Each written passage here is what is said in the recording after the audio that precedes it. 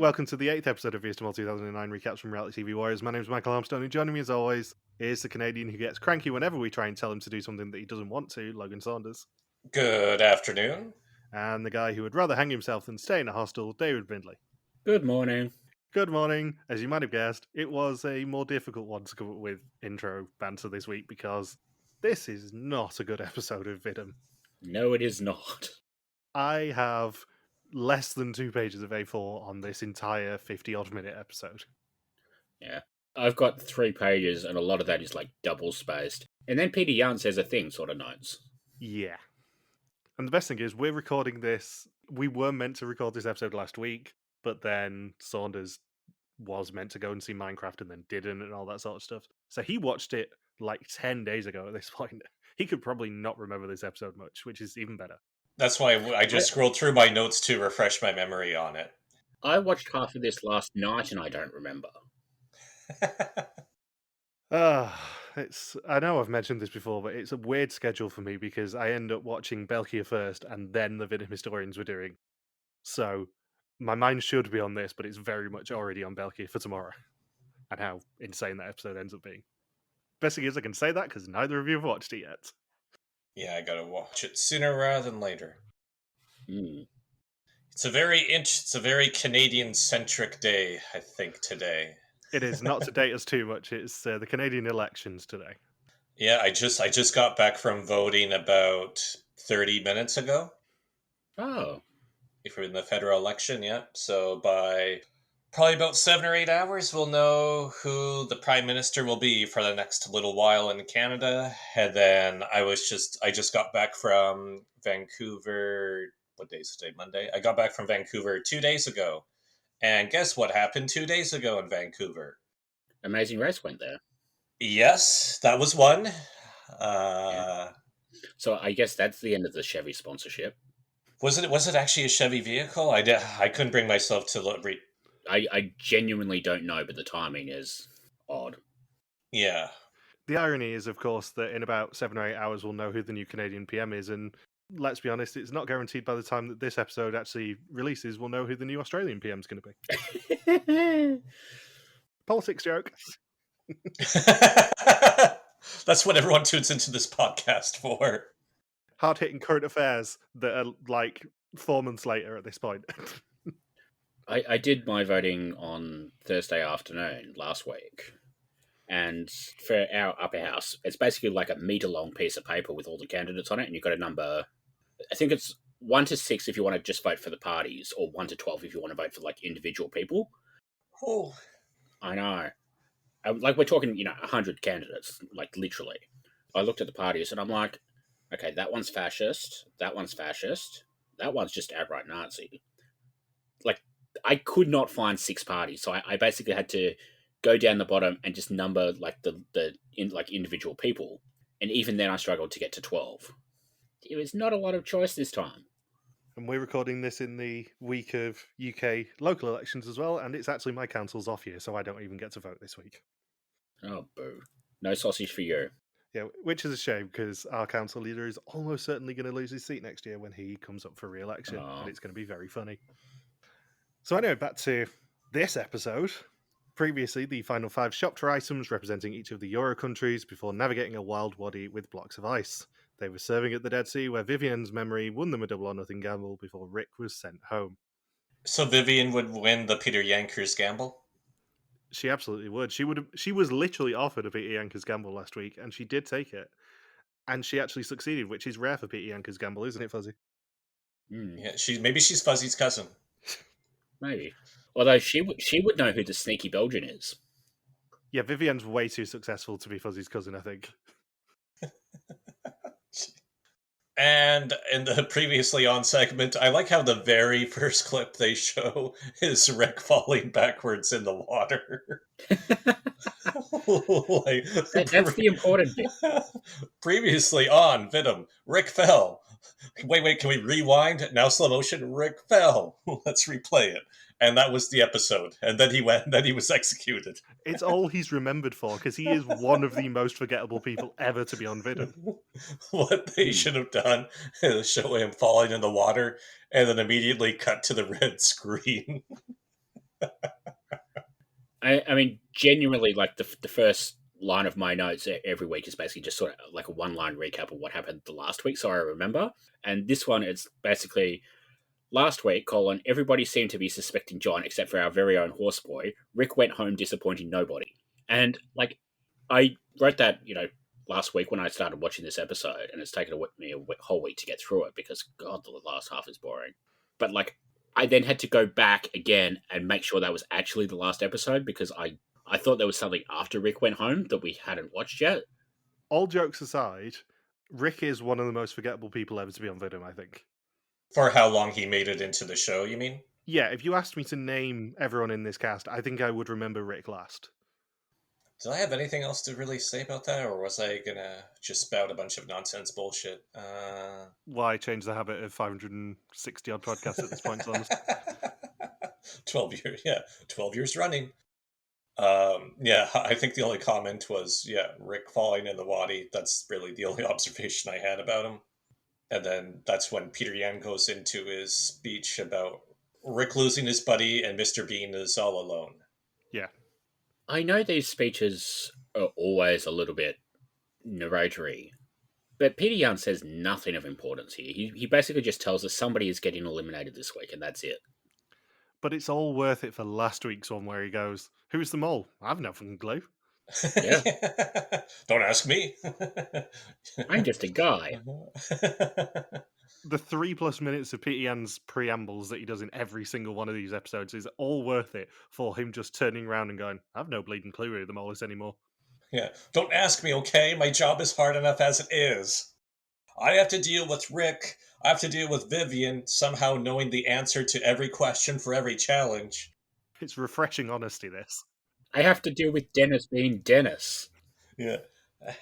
And my son Sam is being a little... A little bitch. He keeps ringing me, and does he not realize how much that costs at this point in the world? Yeah, those are long distance calls. That's $2 per minute, Sam. $2 per minute. What do you think? You think your dad is made of money, Sam? We're still almost a decade away from Canadians getting smartphones here. And go to bed early. Stop watching Eurovision all night. You have school tomorrow, Sam. Who are you calling at 11 o'clock at night? So, Pieter Jan says that Rick went home and John lost his buddy. Vivienne and Anik seem to be getting close, but can anybody survive a finale? Dennis is a solo player, a convenient person to make a deal with if the terms are right. In the south of Jordan, one more person will be leaving after a visit to a world wonder with a twist. It's day 13 in Amman, and they're off to a restaurant. John laments the loss of Rick. They were roomies and talked a lot and philosophized. He was a suspicious person, and then suddenly he has a red screen, and John felt remorse for even suspecting him. They count the pot in the restaurant. And Dennis says he's already decided to go fully on John. Either he will be in the finale, or he'll know who the mole is really, which is Anik. It's very funny that, like, John gets to do, like, the big, long Rick eulogy, and he gets a little bit less time to talk about him, and then Vivienne and Dennis just don't care at all. Yeah, they don't give a shit. They just reply with, "Hey, remember when he fell in the water yesterday?" He fell, and that was funny. Yeah. Rip. He was just an old guy, and we had 6 of them this year. And I like how Mr. Bean is all, like, really sad about Rick leaving, to the point that it's like when Peter Griffin finds out that Bob Welch has died. I was just expecting a sentimental lady to start playing as Mr. Bean lays on a patch of sand and looks longingly up at the sky. But yeah, I like how Mr. Bean also said, a direct quote was, "As a person, I really started to love him." Like, that's I don't know. Has anybody ever felt that way about Rick? No. I don't even think Rick's wife feels that way about Rick. So Pieter Jan meets them back at the train yard where they said goodbye to Rick and tells them the train behind him is all theirs. Each of them will have a carriage, and in each carriage is a safe with money. In one carriage is also a computer which will tell the rest of them their safe codes, but it needs passwords. Dennis goes in the first carriage, John in the second, Anik in the third, and Vivienne in the fourth. And Anik's carriage has 4 photos, and the photos need to be put in order to find the code. The photos are the view from the train. These challenges seem very, very easy. They do seem very easy, but also, as someone who has to talk about this, they're way too visual. Yeah. Like, you have Anik looking out of a train window and trying to see the same views. You have Vivienne looking through balloons. You have Dennis doing a maths problem, which we've discussed ad nauseum about how no one is interested in seeing people do maths on television. Countdown. Yeah, I was thinking Dennis's brain teaser was very Mole New Zealand-esque. Yeah, and also, it's not easy maths. I tried to do it, and I'm like, yeah, I can't be asked with this.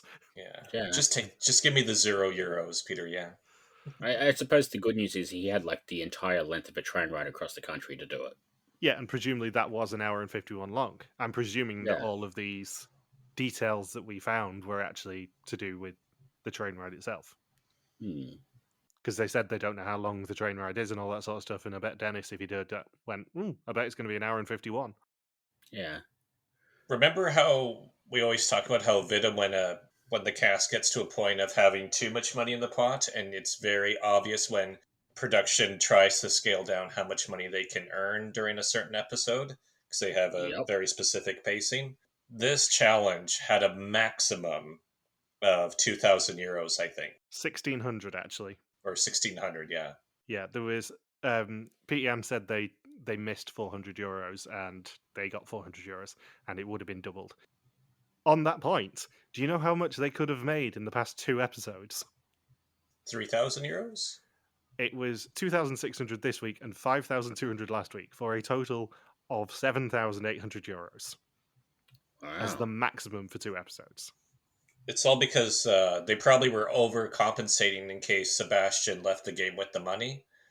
But because he gave the money back, they're thinking, oh, wait, no, they're over 20,000. This wasn't in the script.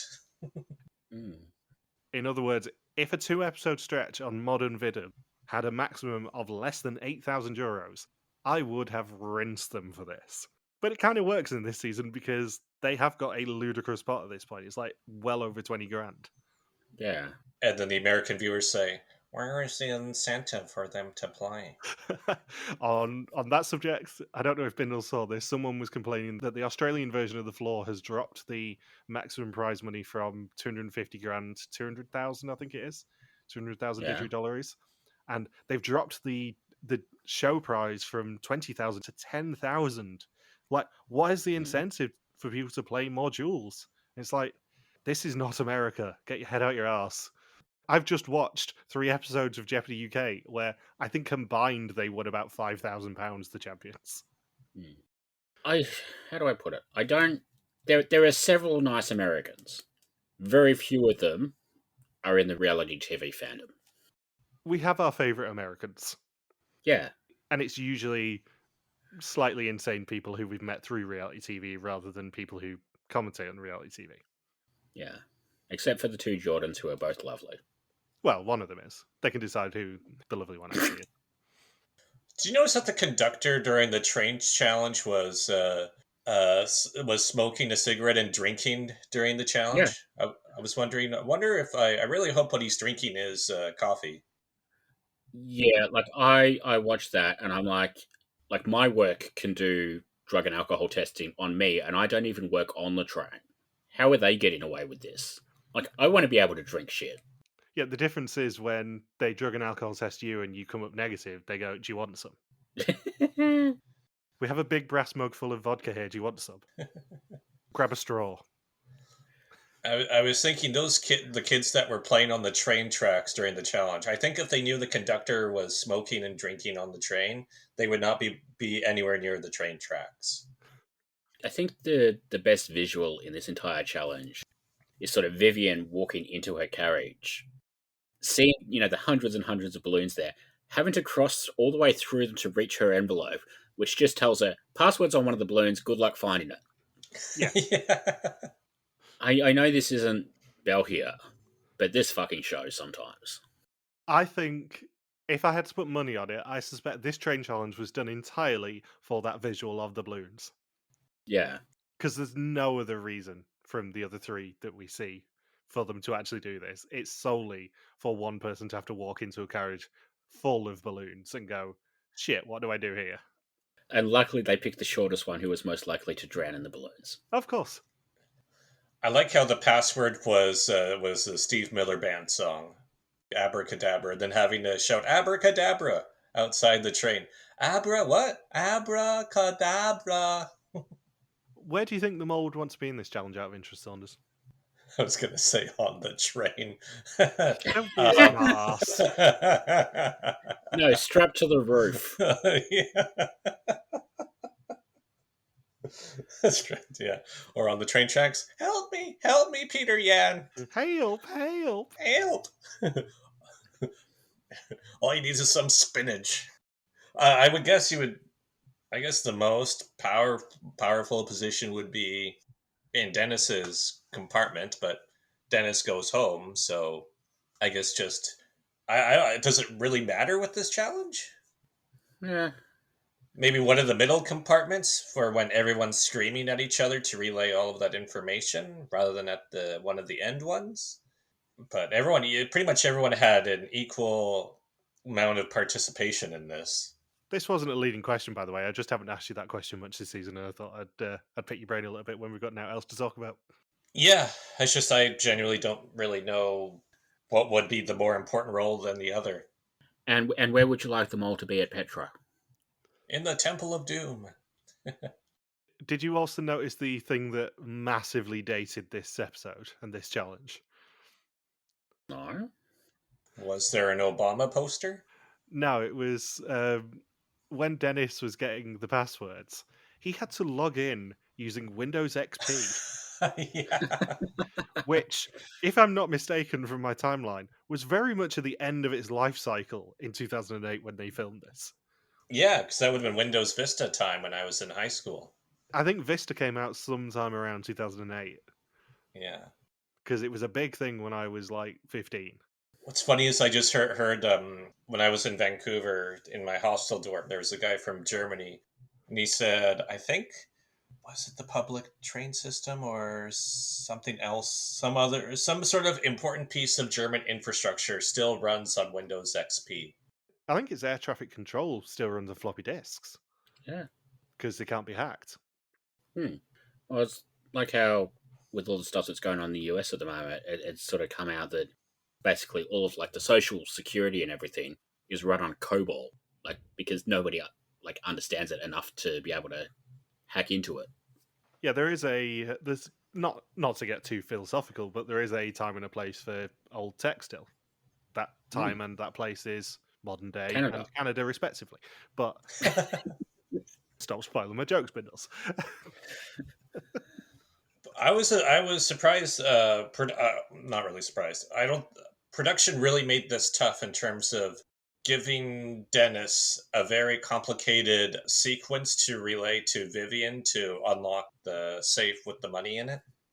Yeah, and like his maths puzzle was not easy. I'm assuming there was some sort of degree of leniency in the answer he was allowed to give, because it wasn't a whole number that he had to work out. It was 5,286 meters that he ended up having to work out. Because 111 does not divide into 7 equally. No. And Dennis's imitation of the train whistle sounded more like the end of the day work whistle from the Flintstones intro theme. And for the avoidance of doubt, by the way, Saunders, you'll be getting Windows XP in about a year or two. Okay, yeah, because this Windows 97 is really slowing me down. And I know you grew up on Windows 3.1, but still. I remember as a kid using Windows 95. Those were the days. But actually, all 4 of them communicated fairly well with the complicated number sequences for the safes. And then, of course, Anik communicated very random symbols that were very confusing for Dennis to try and enter into the computer. Yeah, there's a vast difference between abracadabra and I don't know it and whatever the fuck Anik got. Yeah. It feels like 90% of this challenge is basically just relaying nonsense information backwards and forwards. Just like the podcast. Yeah. Like, the mini tasks are mostly fine. Like, Dennis's is obviously boring, but the other ones are okay, if a little bit basic. But, like, most of the difficulty here is Anik's password having to go backwards and forwards. John's password basically caught in an entire who's on first routine. And then, Vivienne wading through hundreds and hundreds of balloons, which, honestly, it's obvious which part of that is the funniest. What they should have done is filled the balloons with helium. Hmm. Because sending the shortest person in there to a carriage full of helium balloons is even funnier than what they actually did. It'd be like a fizzy lifting drink from Charlie and the Chocolate Factory. Oh god, that they're going to strap hooks to the bottom of them and just attach Sebastian to it. Gone but not forgotten, Sebastian. See, this is what I mean when I say that Rick is by far the most boring person in this cast, because you remember Sebastian way more than you remember Rick. You remember Frauke way more than you remember Rick. You remember Paula and Hans and Vera? Like, everyone who went before Rick kind of had a key moment that wasn't just falling down in a waddy. I don't know about Hans. I think Rick may be slightly more memorable than Hans. Hans had the slinking through the Titanic building, thank you very much. Like the Pink Panther. And Anik had the word mole in her password. Interesting. A clue. Let's see. Did I really have anything else? Oh, just the edit made it look like the train was going to run over all of the kids on the train tracks. I thought, are you serious? Why are we editing it like this? Yeah. What they should have done is just fade it to black. You just hear a single scream. It's not Toy Story 3, Michael. Good reference, Saunders. I'm proud of you for that. Yeah. I'm surprised you referenced a modern movie. He didn't just reference a modern movie. He referenced an anecdote to do with a modern movie that I've told on the podcast before that really makes me laugh every time I think of it. Does Bindles know about Toy Story 3's alternate ending? I think it was an episode you were here for, Bindles, but someone, literally as soon as Toy Story 3 came out on DVD, someone re-edited it so that in the scene where they're all about to go into the furnace, it fades to black and then it plays a piano version of You Got a Friend in Me. And he showed this to his mum, and she was genuinely heartbroken. It's a really, really funny video. It's still on YouTube. I find it every time we talk about this on the podcast because it makes me laugh so hard that they just went to so much effort for just trolling the mum, basically. Yeah, I showed it to my parents. Yeah, they thought it was hilarious. It's so well done. Because they keep it up for like a whole day. Like they don't even find out till the next day. They bring the credits forward and everything and do a black background for it. It's very well done. It was always meant to be a trilogy. I was surprised that nobody lost the euro notes when dangling out of the compartment, because Vivienne says, "Here, I have the 300 euros," or Mr. Bean saying, "No, I have the 100 euros." I'm thinking, you're on a train. I mean, they have pockets. They were hanging them out, to be fair. Yeah. But they're like dangling outside the compartment saying, "Oh, look at the euros I found. All it would take was one little slip of a finger, and then boom, the euros go to the community." Yeah, they're not going to rip up the money that they actually got and all that sort of stuff, are they? So, speaking of heading out of the compartments, if you were in John's carriage in this challenge, wouldn't the ideal strategy just be like read the letters while you're leaning out to relay a message, and then pretend you saw them using the stupid mirror? Yes, absolutely. Unless he had to do the mirror out the other side of the train, which is what I would have done as production. Yeah, but like but you'd be relaying like the thing on both sides, because it's not like the train turns. So like sometimes you'd be on the right side, sometimes you'd be on the left side. So you'd be able to see it sometimes. Yeah, good point. Didn't think of that. Can you tell I don't do public transport? No.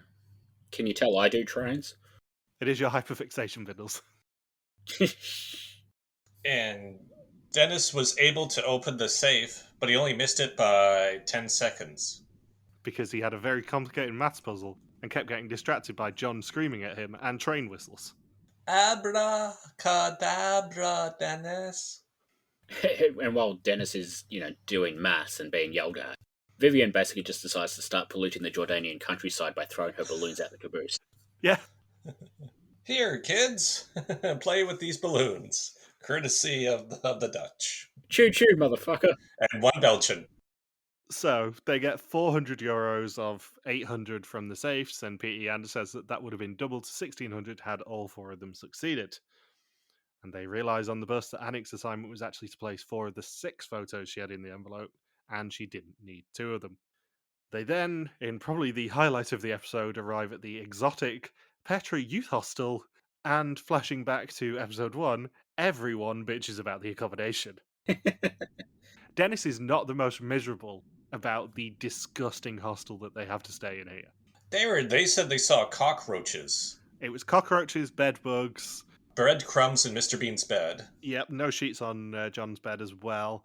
Anik said she'd rather hang herself than go and get her luggage. John said he would discourage any backpackers from staying there when they go to Petra. It sounds very much like the capsule hotel I stayed in Sydney. I looked up the name of this hostel and I couldn't find it online. Oh, good. And I was thinking this is probably before Hostel World and Google Maps reviews, so I think as soon as those went online, this hostel went completely under. Apparently you can get a hostel in Petra from €5.88. Ooh. Let's see how many stars that is. It's cheap. All of these are actually way better rated than I thought they were going to be, to be honest. I think my favourite thing is, like, yes, they're being negative, but I think half of John's bemusement with the whole situation is being expected to sleep at the Petra Youth Hostel when he's like 47 years old or whatever he is. And he looks so much older than that. Yeah. Yeah, anytime you see somebody like that in a hostel, they're immediately labeled like, this guy either has a lot of really cool stories or is just one massive creep. Apparently, the highest rated hostel in Petra has an evening Bedouin music party while drinking coffee flavoured with cardamom or mint tea. Ooh. That's pretty cool. Too bad they didn't get to stay there. Yeah, we should go. Absolutely not. I'm not staying in a hostel. Can't get in the beds? No, it's just a red line. Saunders knows exactly what sort of hotel I stay in. Yes. Arguably 3-star in a few weeks, but, 3-star is my lower limit, I think. Yeah. Because I don't see the point of paying for a shit accommodation, to be honest. Yeah, well, usually when you pay for a room, you need a safe word. Yeah, very true. Usually it comes with rubber bedding. That safe word, the safe word in this episode was abracadabra, because that's the word that opened up the safe. I was just going to say, he rents the room and needs a safe word, and it's just a whole bunch of random punctuation. Ampersand, end bracket, tilde. You're being choked and you've got to say, like, square bracket, ampersand, octothorpe. Interrobang! Underscore! That's a paddling. Pound.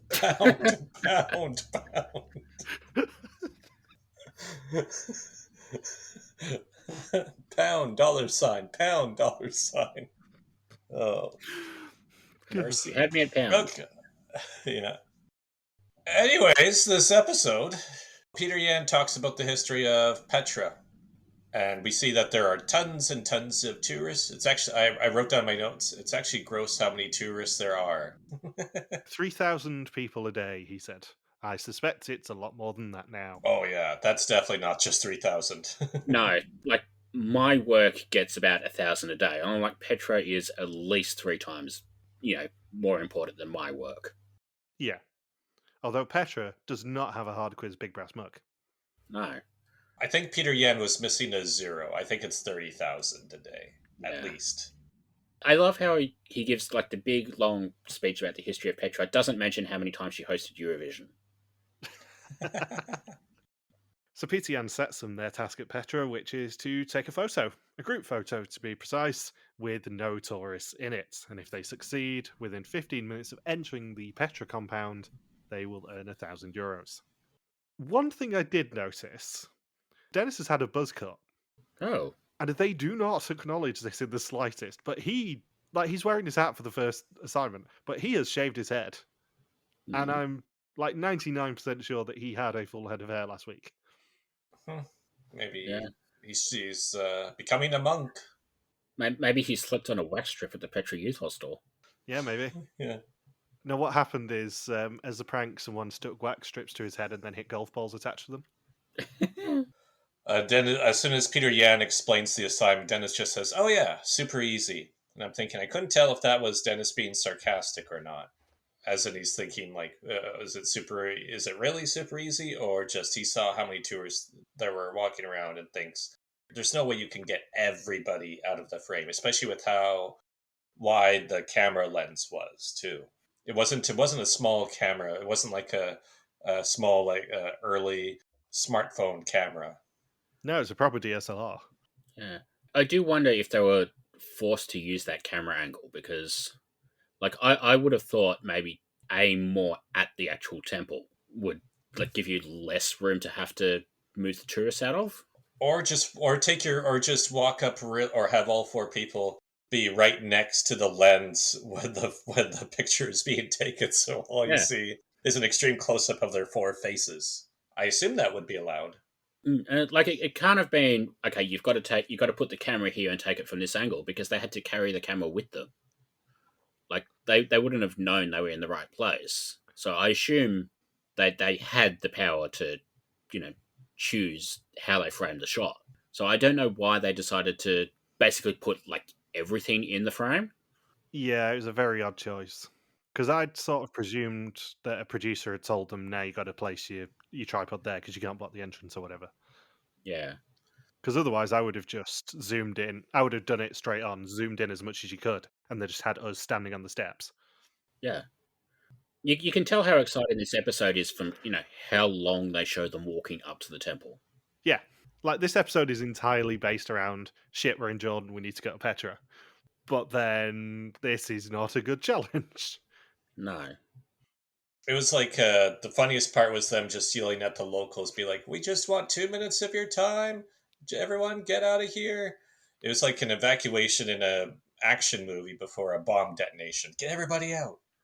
You can tell that John works in the theatre with how good he was at projecting his voice. Yeah. Like, that was way impressive. And I like how Alex said, "Oh, there were so many cranky people who didn't want to move, or they asked to reroute where they were walking to be so that they weren't blocking the photo." And I was thinking, we're not even at social media influencer days. Where now, if you were to go to Petra, you'd be dodging like 100 people setting up tripods and selfie sticks and doing TikToks in front of the temple, because those people are already really irritating. It was really bad when I went to Hong Kong. Just look to my left and somebody's pissed off because I accidentally walked into their shop. I'm like, what am I supposed to do? What am I supposed to do, man? Like, I'm walking. I'm walking here. Petra's daily visitors numbers are around 4,000 during its peak seasons, which is March and April and September and October, by the way. Oh. Really, it is that low. It's about 1.1 million a year. Yeah. I mean, I guess because like it is in the middle of nowhere, but also, there's an airport nearby, and it's quite a well-known location. Like it's certainly the most famous thing in Jordan itself. Probably in the whole Middle East, aside from maybe Mecca. Yeah, it's up there. I'd say probably the Dead Sea generally would be up there as well. Yeah, but like again, that would be very close to Petra. Like you could do a day trip. Yeah, Petra's probably up there with like Masada's probably right below it because Masada gets a lot of visitors, more than you'd think it does for being in the middle of nowhere as well. Hmm. And I really have no other notes on this challenge. Just Vivienne goes to fix the camera. The other three yell at her for wasting time to check it.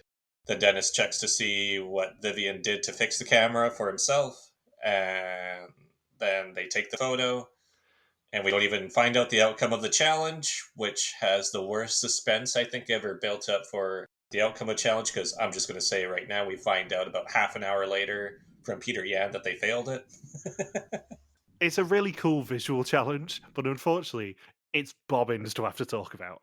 Yeah, like I don't think it's a bad challenge. I think it's just it's missing the layer that makes it a mole challenge. And B, they find the solution to this challenge basically within the first 3 seconds, which is, John yelling at everybody. Yeah. GTFO, locals Yeah, and tourists. It's a fine challenge. It just plays out in the worst possible way. So they then get to chat in pairs with everyone else about their suspicions and try and trip each other up. It's the third interrogation scene of the season. I don't need 3 in the span of about 4 episodes. I have exactly one note for this, which is Anik made me laugh by basically describing this as pointless, which I 100% agree with. Yeah. Anik, during one of her chats, just says it's a pointless exercise. I don't know why we're even doing this still. Yeah. Like, the only other note I have is, like, Dennis says he has a 25% chance of going home this week, and I'm like, well, if you're not the mole, it's 33 and a third percent. No wonder he couldn't solve the brain teaser on time. Yeah. So Pieter Jan tells us that a big group began, but only 4 fanatical contestants are left, one of whom is lying to the rest of them. An exemption can be won today, which guarantees a spot in the finale, but first he needs to look at their photo from Petra. They were very close, but there were 13 tourists in the photo for a total of no euros of €1,000 for the challenge, 400 of 2,600 for the episode, and 20,700 of 81,550 for the season so far. I love the running joke this season of Pieter Jan doing all his narration segments, like, framed really weirdly. Like, we had the pub scene, we had the windstorm in Ireland, and now we've got him just for no reason being filmed through a tree. Yeah, he keeps getting hit by the branches as he's walking, and it's like the only tree for like 10 kilometers. And he confirms to the group that no money can be earned today, but an exemption. And they will need to split into 2 pairs, and the losing pair will decide who from the winning pair wins the exemption. An exemption at Final Four? How novel! This has never happened before, and they all seemed really surprised about the concept of an exemption up to finale. And I think it's stupid that they didn't even bother having any money available, because they could have used it as like an extra twist or an extra layer to this challenge. Yeah, like they could have done, if you get within 25 meters or whatever, then you get, €1,000 for each pair that does it or whatever. There were ways to add money to this challenge, but I guess they're making too much. Yeah, if they're saying 1,600 euros, okay, 1,000 euros, okay, €0 for the 3 challenges this episode. Translation: they really, really did not want to give them any more money for the rest of this season. Yeah, I think, like Petra, it's a challenge that's fine as an idea, it just doesn't plan out very well. But at least this one, they sort of go back to the drawing board and rework it, and then it sort of works a lot better when they basically redo exactly the same challenge as that navigating to Tokyo Tower challenge in Japan. But this is like it's filler in an episode that already has extensive filler. Yeah, this is a wheel spin episode leading up to the finale, I think. My favorite is Pieter Jan saying, hey guys, remember that Crusaders theme we were talking about at the castle in Northern Ireland? Well, this castle was also part of the Crusades. It only took us three episodes to tie it back into why we came here from Northern Ireland in the first place. So they head to El Shabak, and the pairs are men versus women, Anik and Vivienne versus John and Dennis. They are asked for a number between 1 and 100, presumably how confident they are and who their mole is. And the women say 70, and the men say 88, which is a strong look given that Dennis is now a skinhead. One team will take the 900-year-old escape route, while the other will take the road, and they must measure both routes and add them together. And the number that they chose is the length of their rope for the road in meters. The tunnel route will be measured by lasers. Why? Why do they have I don't understand why they had to pick a number between 1 and 100, because it's not like they knew what the number was going to refer to.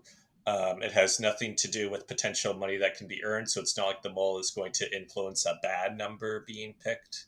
I think it was probably for the hope of a comedy answer of 1 or 2. Because if one team had a 70-meter rope and one team had a meter rope, that would have been absolutely hilarious, obviously. Yeah. I think that's the thing with this season. Like, a lot of these challenges are fine, and, like, the cast is fine. It's just they're very good at sort of working out the trick to the challenge and then just not falling for the trick. They're too genre savvy. Yeah. Especially with Vivienne there. Which is, hilarious when they've just been surprised by the concept of an exemption at Final Four. Yeah. Do you think the mole would want to win the exemption? Yeah, I don't think the mole would give a damn, honestly. Yeah.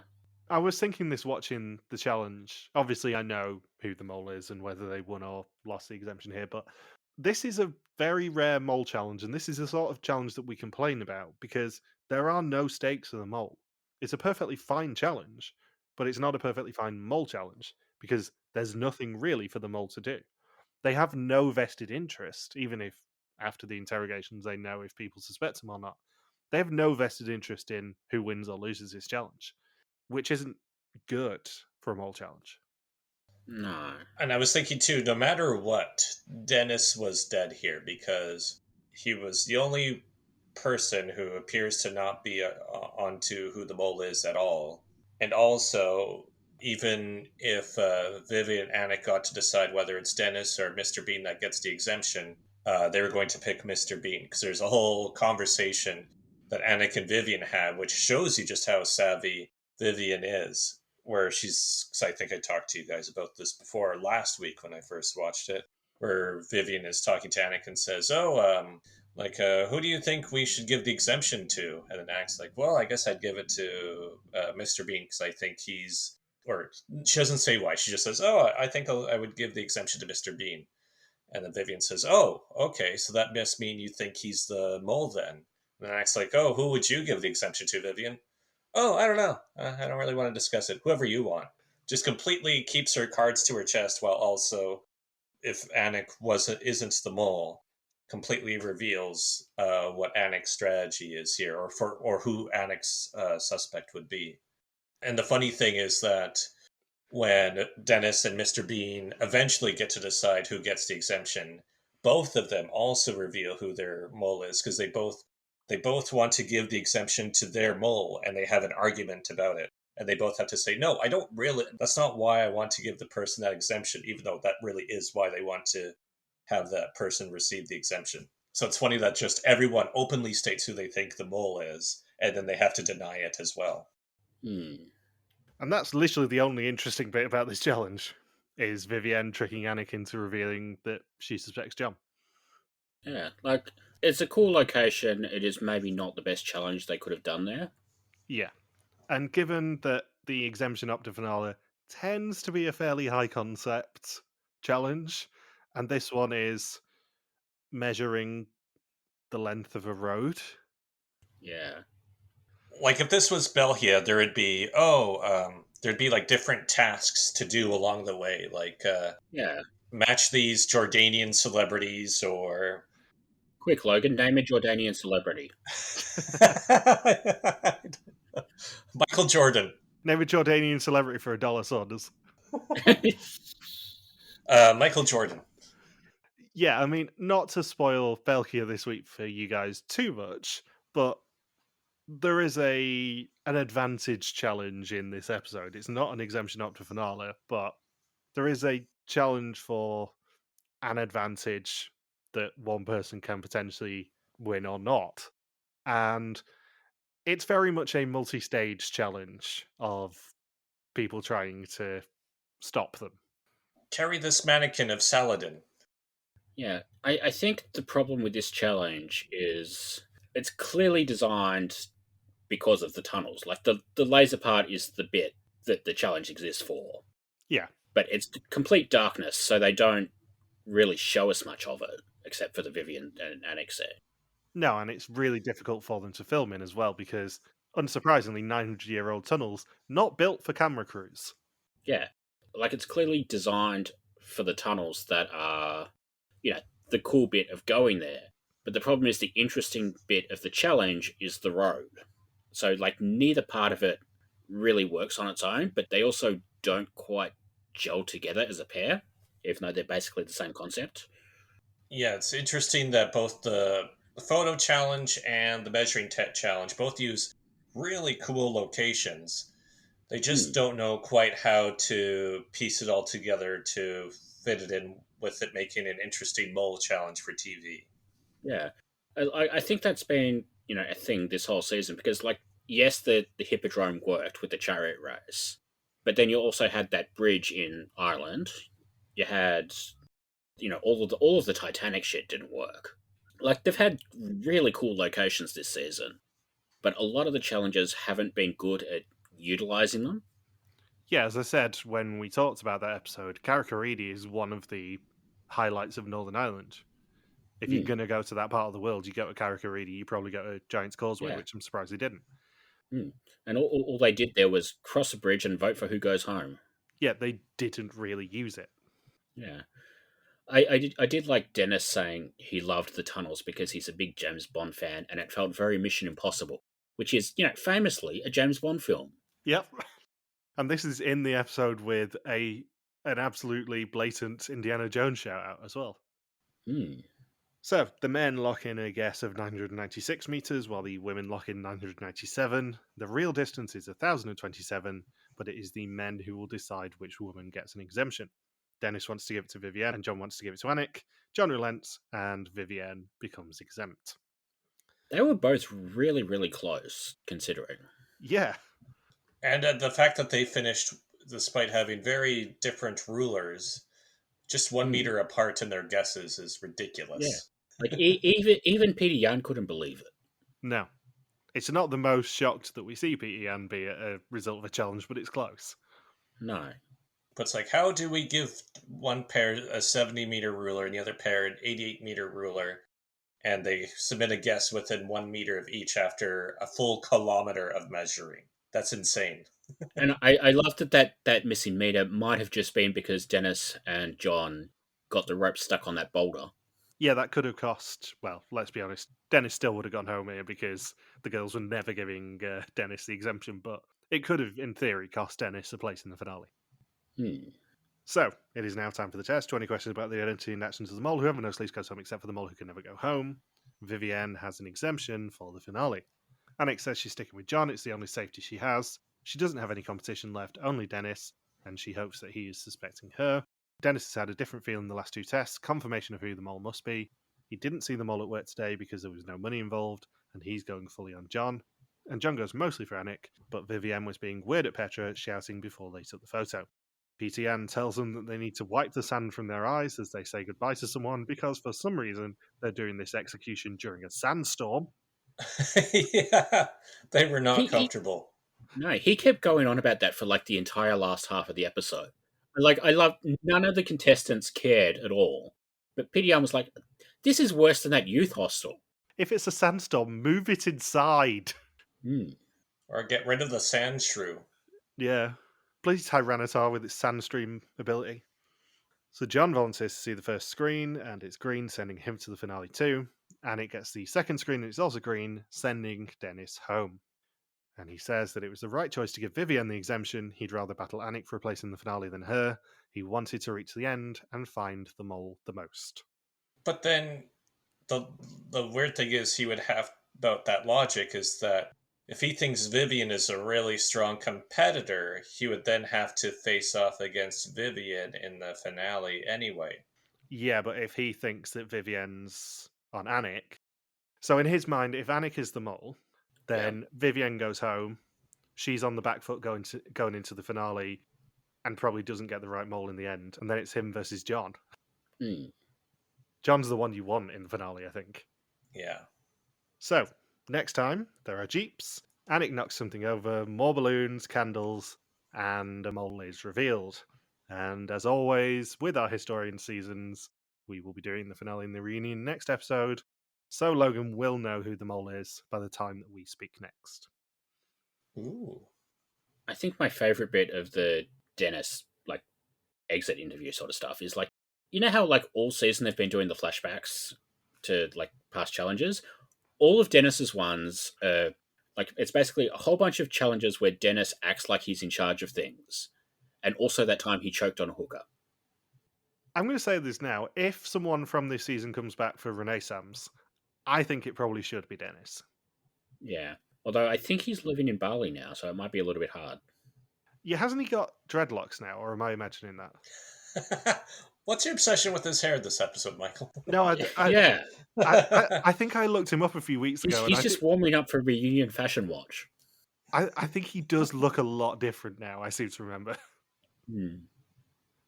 But yeah, he basically turned into a hippie and moved to Indonesia, so it might be a little bit hard to get him back. Yeah, I'm sure the lure of going to Portugal in January would tempt him back home. Yeah, it does look like he lives in Bali now. You're right. But yeah, Dennis is... He was a little bitch at the start of the season with his accommodation rant, but he has been very entertaining this season. Yeah, like, out of all the people this season, I think Dennis is probably the most entertaining. Yeah. Like, there's been other entertaining people, but, Sebastian has moments where he's an absolute asshole. Paula, I think we all knew she wasn't going to last long, so, why would we get too invested? But I think Dennis has, like, the right combination of, yes, he's going to be here for a while, so get used to it, and also, he knows where the line is. I must admit, coming into this rewatch, I wasn't particularly looking forward to seeing Dennis again because I remembered him being a bit annoying. Yeah. But actually, he does carry a lot of the entertainment this season and a lot of the more trying people present, shall we say. Yeah. And, like, it's not that Vivienne and Anik aren't entertaining. It's just, like, they're both sort of more quiet, reserved characters than we're used to in modern Venom. And, that works in moderation, but when they're two of the final four, I think you've got to use, like, editing tricks to make them seem a little bit more entertaining than the show has, really. Yeah, and I mean, John is an established Rowan Atkinson character, so obviously he's going to be entertaining. Yeah. But, like, you've got John, you've got Dennis, and then basically the rest of the final five is either not memorable or, kind of dull. And, like, dull can work, but you've got to have, like, the right combination of people to bounce off of, and I don't think this cast has really worked that well. Yeah. Something I've just thought of as well. Has there ever been an interesting Rick on Venom? No. I don't think there has. Well, Rick Paul. Yeah, I mean, Rick Paul by default is the most interesting Rick, but even in that season, I don't think he's close to the most entertaining person. No. Well, that was the season with Nikki and Rekachino, wasn't it? It was indeed, yes. Any thoughts about Dennis Saunders as the one person who'd never seen him before? Yeah, he was a interesting character. Definitely, he definitely carried a lot of those scenes in between challenges. Yeah, he amused me sometimes, and yeah, I thought he was a solid pick for this cast. His highlight reel isn't just limited to falling in a wadi. Always a plus. So, final 4 questions, I'm going to say. Who do you suspect, Saunders? Who do you think is our runner-up? Who's the sneaky Belgian? And who from this cast do you think ends up hosting Mole Talk? Because we've not discussed that this season yet, I don't think. Okay, so I guess my suspect list is Anik, Dennis, Mr. Bean, and then Vivienne. I think the runner-up will be Mr. Bean, with Vivienne as the winner and Anik as the mole. I still think Vivienne is the sneaky Belgian or the secret Flemish agent.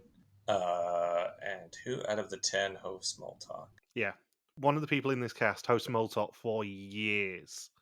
It's going to be someone super random. Pieter Jan really liked that Hans fellow. Maybe Hans. Interesting. And as we discussed before we started recording, Saunders is going to have to give us his final set of suspicions before anyone's role is revealed in the next episode, which does happen before the end of the next episode. Someone is revealed as either winner or a loser at the end of the next episode. But we'll be covering both on the next episode, so, no cliffhanger for the audience, at least. Yeah. Anything else you want to say about this episode? Nope. Good. Right answer. In that case, thank you for listening to our VS to Mole 2009 recap. We'll be back next week to conclude the hunt for an old mole in Northern Ireland and Jordan.